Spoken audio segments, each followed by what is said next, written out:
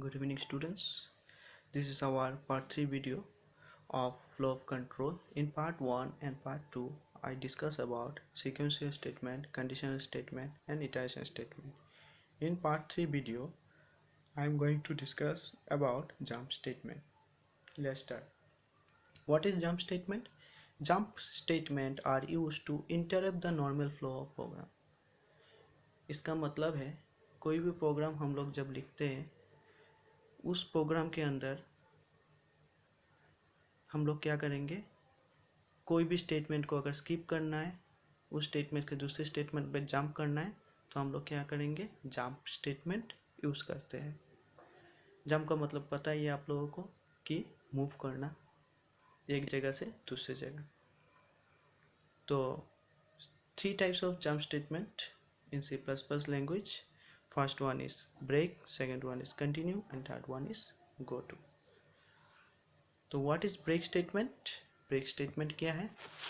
Break statement is used inside loop or switch statement when compiler finds the break statement inside a loop. Compiler will abort the loop and continue to execute statements followed by loop. कोई भी programme में अगर compiler को मतलब break statement मिलता है तो compiler क्या होगा, लूप के कंडीशन से निकलकर चला आएगा और स्टेटमेंट प्रिंट कर देगा। ठीक है, सिंपल से थिंग है। यहाँ पर मैंने एक छोटा सा प्रोग्राम मैंने लिया है, ब्रेक स्टेटमेंट यूज़ किया है। Hash include iostream.h int a is equal to 1, integer type of variable मैंने डिक्लेयर किया है इज इक्वल टू 1। वाइल मैंने वाइल कंडीशन लगाया है यहाँ पर a less than is equal to 10। If a equal to 5 break मतलब क्या है, जब भी मुझे ये कंडीशन मुझे मिल जाएगा, सेटिस्फाई हो जाएगा। जब भी a का वैल्यू मुझे 5 इक्वल टू 5 मुझे मिल जाएगा तब क्या होगा, उस स्टेटमेंट से मुझे निकल के आना है और end of the program print कर देना है। सिंपल। तो फर्स्ट क्या होगा, कंडीशन चेक होगा। कंडीशन चेक होने के बाद जब तक लूप चलता जाएगा, ये मतलब मैंने व्हाइल लूप में क्या किया था, ये मैंने यूज़ नहीं किया था, ये मैंने यूज़ किया था कि ए जब तक 10 नहीं होता तब तक क्या होगा, अपडेट इंक्रीमेंट होता जाएगा। मुझे यहाँ पर मिल गया है इफ़ इसका वैल्यू जब 5 इज इक्वल टू 5 मिल जाएगा, कंडीशन से मुझे लूप से निकल के आना है। निकलने के आने के बाद मुझे क्या करना है, लास्ट जो स्टेटमेंट है वो प्रिंट करना है। तो यही मैंने यहाँ पर ब्रेक यूज़ किया।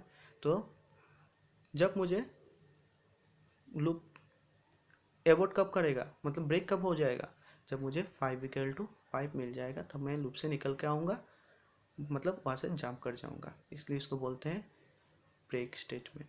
Simple.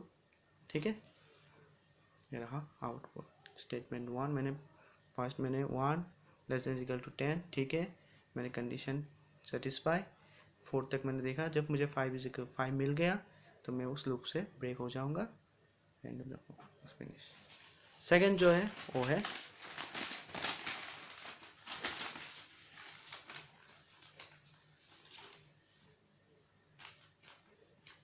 Continue statement.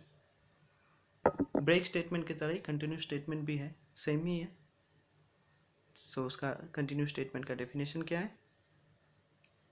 Continue statement का डेफिनेशन है, the continue statement is also used inside the loop. When compiler finds the continue statement inside a loop,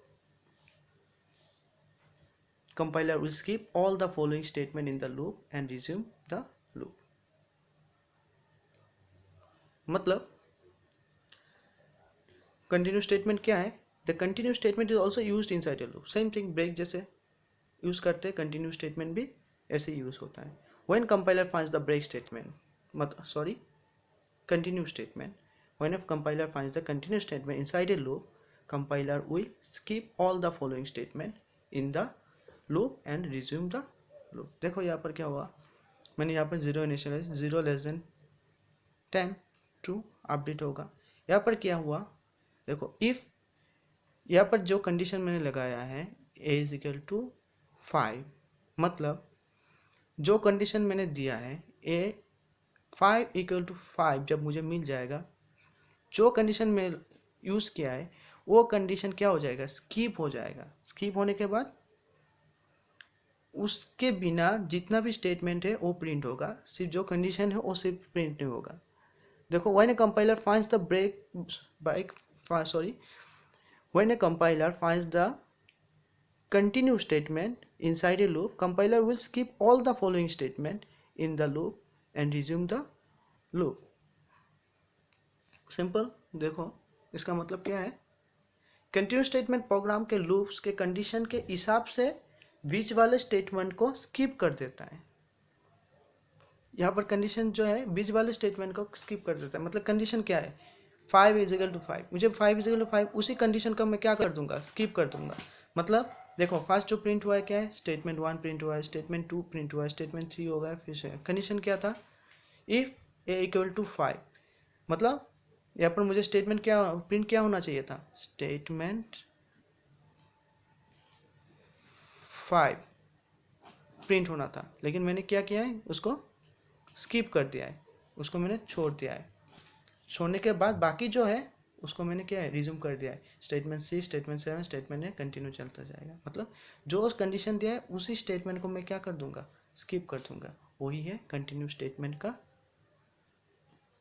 use. समझ गए। नेक्स्ट जो है वो है go to statement. Go to statement क्या है,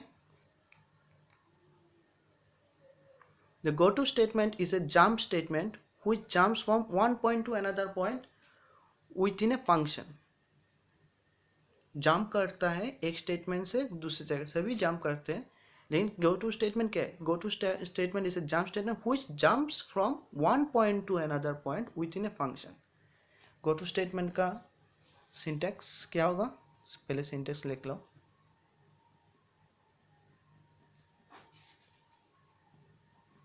गो टू में लेवल यूज होता है, ये हमेशा यस रखना, लेवल यूज होता है। गो टू लेवल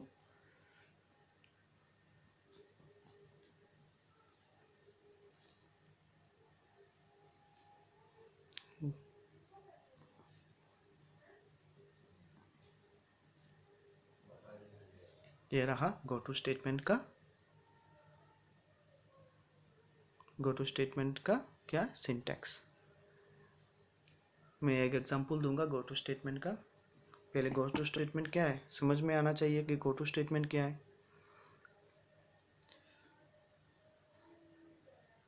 ए एक जगह से दूसरी जगह जंप करता है यूज ऑफ लेवल से, लेवल के साथ यूज, इसमें क्या होता है, लेवल यूज होता है। एक जगह से दूसरी जगह क्या करते हैं, जंप करता है।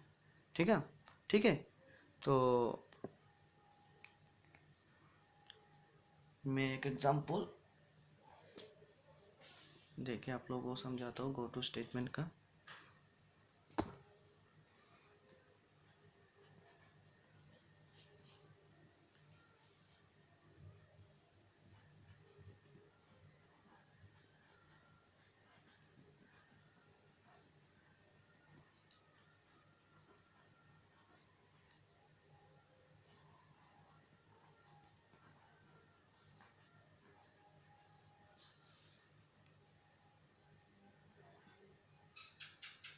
सिंपल दिखा देता हूँ, सी आउट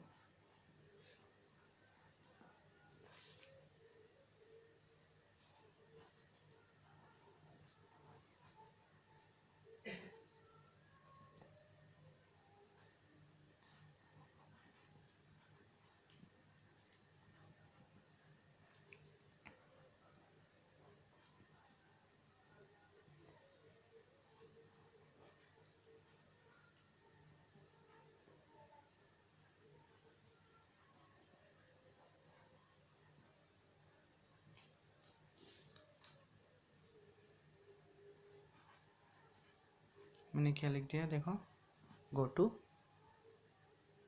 लास्ट। इसके बाद मैंने दो स्टेटमेंट लिखना है मुझे, C out statement for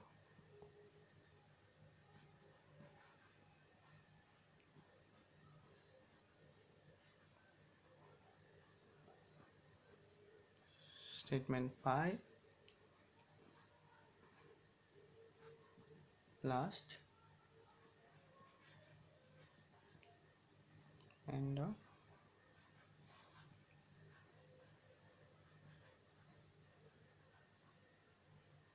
programme. बस मुझे क्या होगा ना, ब्रैकेट क्लोज करना है।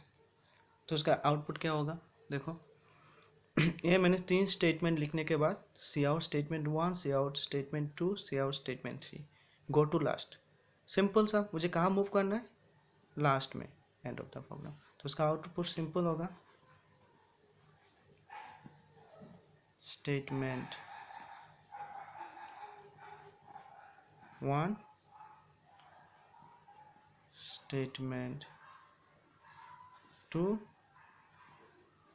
स्टेटमेंट 3। तो लास्ट में जाना है, इसके बाद ये दोनों क्या हो जाएगा, स्किप कर देना है, जंप कर देना है, उसके ऊपर से चला आना है, एंड ऑफ